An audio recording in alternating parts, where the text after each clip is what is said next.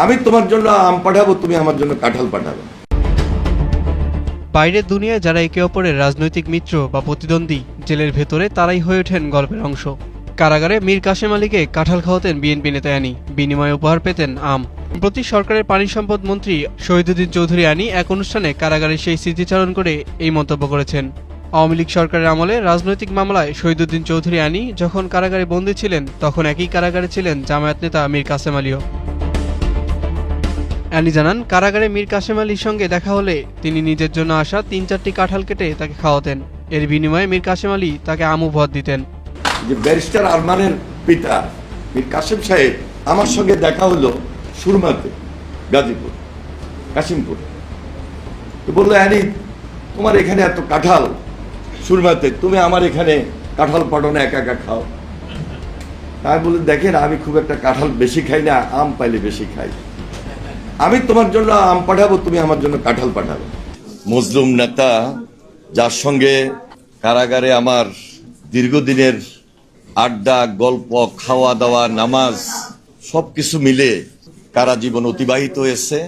বাংলাদেশ জামায়াতে ইসলামীর secretary general মিয়া গোলাম পরোয়ার নিজের হাতে লেখা 5টা বইয়ের মোড়ক উন্মোচন, এবং এই উন্মোচন উপলক্ষে আজকে বিশেষ যে অনুষ্ঠানের আয়োজন করেছেন, আমি ওনার দাওয়াত পাওয়া মাত্রই জেল জীবনের অংশীদার হওয়ার জন্য কথা 2-4টি বলার যে সুযোগ পেয়েছি, এবং যেভাবে ওনার আমন্ত্রণটিকে আমি বিশেষভাবে গ্রহণ করেছি, আমি ওনার প্রতি কৃতজ্ঞতা প্রকাশ করছি এবং ওনাকে আমি আন্তরিকভাবে মোবারকবাদ জানাই এবং ধন্যবাদ জানাই।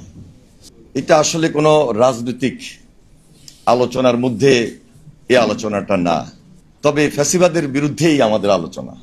যদিও এখানে আমাদের জামাত ইসলামের সকল নেতৃবৃন্দ যারা জেলে দীর্ঘ সময় মোকাবেলা করেছেন, জেলবন্দি ছিলেন, অত্যাচারিত, নির্যাতিত, এক কথায় মজলুম, উপস্থিত এটিএম আজহারুল ইসলাম সহ সম্মানিত অতিথিবৃন্দ, সুধীমণ্ডলী, আসসালামু আলাইকুম ওয়া রাহমাতুল্লাহি ওয়া বারাকাতুহু।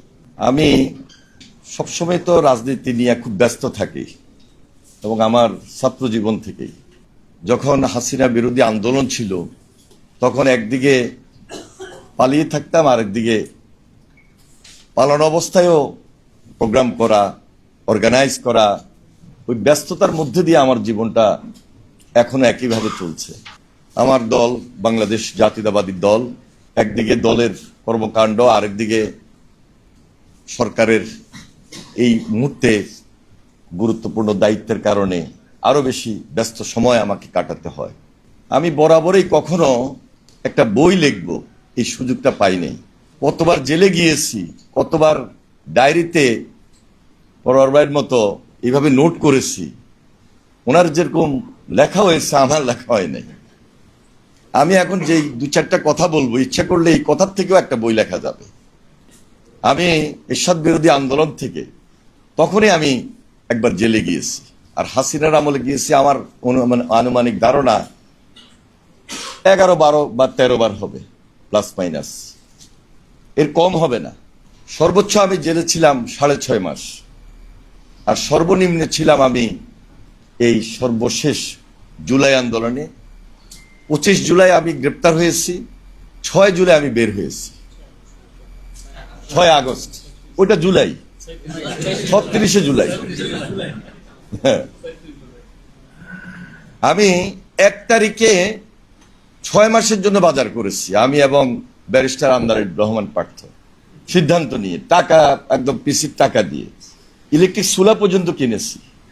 এটা এটা এটা কি কি লাগবে 6 মাসের জন্য সবকিছু কিনে রেডি। কারণ 1 তারিখও মনে হয় নাই যে আমরা সবাই মিলে আন্দোলন করে এই যে ফ্রাঙ্কেনস্টাইন পদ্ধতিতে যিনি দেশ শাসন করেছিলেন, একটা ভয়ঙ্কর শাসক হাসিনার হাত থেকে আমরা রক্ষা পাব, সম্পূর্ণ আল্লাহর হুকুম।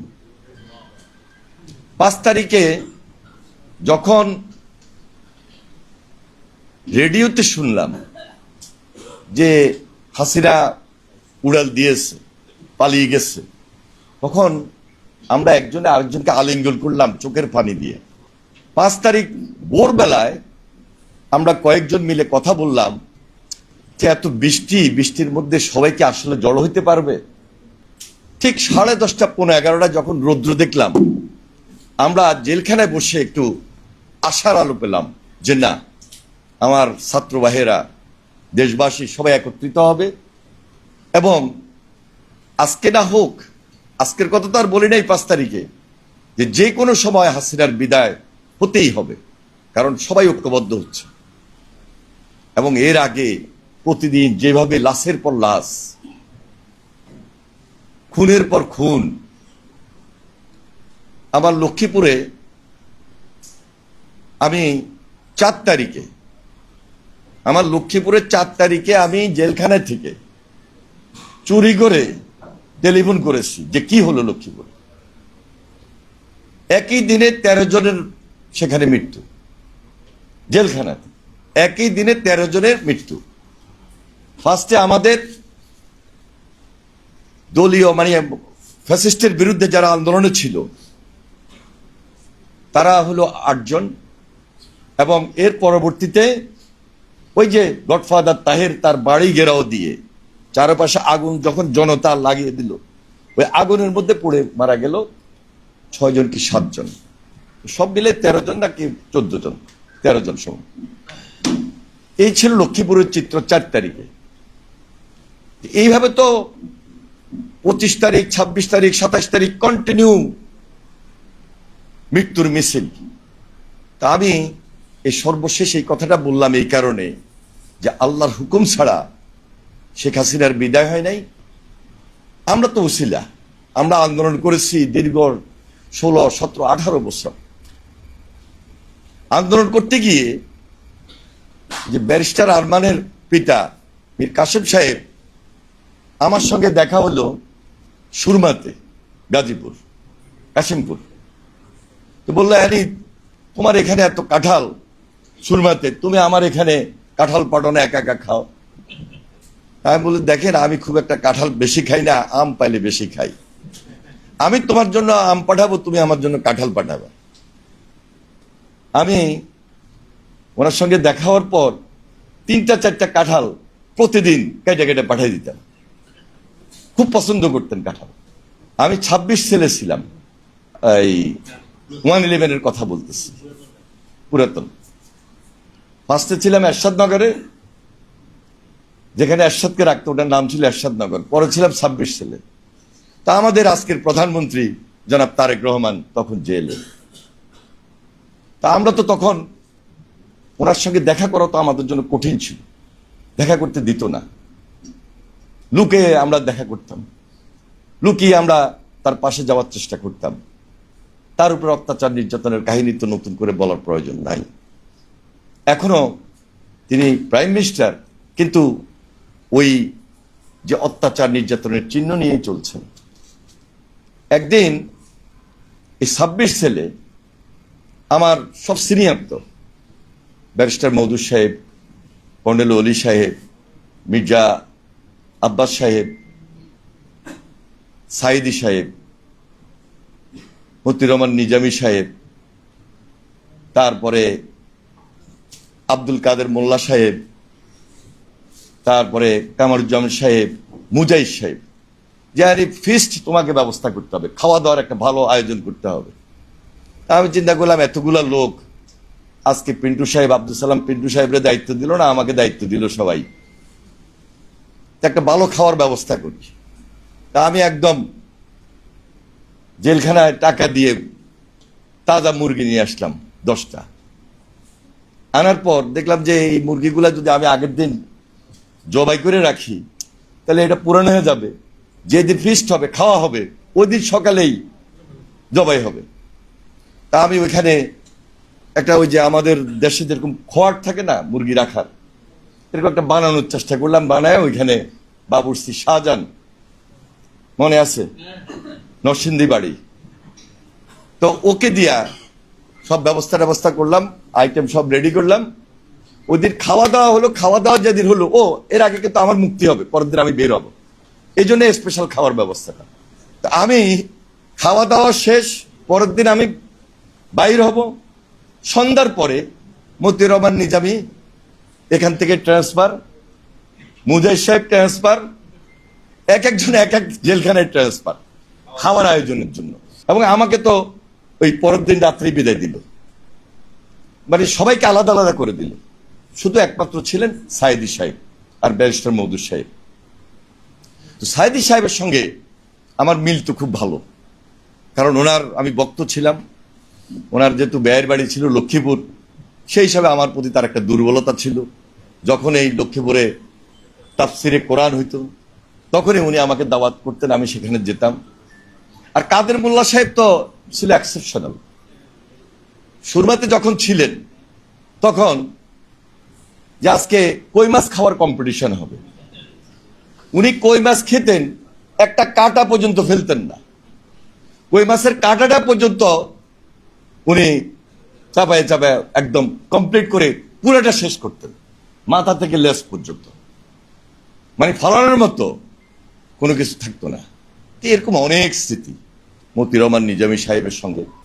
তো এই যে আজকে এখানে আজহারুল ভাই বসা আছেন, উনি যেহেতু পাশের ছেলে ছিলেন, আমাদের সঙ্গে দেখা হওয়ার কোনো সুযোগ ছিল না, আমরা খোঁজ পেতাম। ঠিক ওই আরমানের আব্বা, উনি যেহেতু কাশিমপুরে আমাদের থেকে ভিন্ন জায়গায় ওনাকে রেখেছিল, এই জন্য ওনাদের সঙ্গে দেখা হতো মেডিকেলে। আর ওনাকে তো ডান্ডাবেড়ি পরায় রাখতো সারাক্ষণ। উনি কোর্টে আসতেন, কোর্টে দেখা হতো। আর পরোয়ার ভাইয়ের কথা বলে আমি শেষ করছি। আমি যেদিন একদম কাশিমপুরে গেলাম, আমি দেখলাম যে কাশিমপুর যাওয়ার সঙ্গে সঙ্গে পরোয়ার ভাই আমার উপরে এসে উপস্থিত, যে আগামীকালকে সকালে আমার ব্রেকফাস্ট, ওনার দাওয়াত আমাকে নিতে হবে, বাসা থেকে খাওয়া আসবে, বা এখানে কি খাওয়াবে না খাওয়াবে আমি এখন রেডি না, প্রস্তুত না। তো পরের দিন সকালে ওনারা আমন্ত্রণ রাখলাম, ওনারা আমন্ত্রণে উপস্থিত হলাম। আর আমাদের ওইখানে মুরব্বী ছিলেন, ইমাম সাহেব ছিলেন আপনাদের আজকের ডাক্তার শফিকুর রহমান সাহেব। তো ডাক্তার শফিকুর রহমান সাহেব, তিনি, আমরা একসঙ্গে নামাজ পড়তাম, 5 ওয়াক্ত নামাজ পড়তাম। আমাদের সঙ্গে 2-1 জন নামাজ পড়তো না।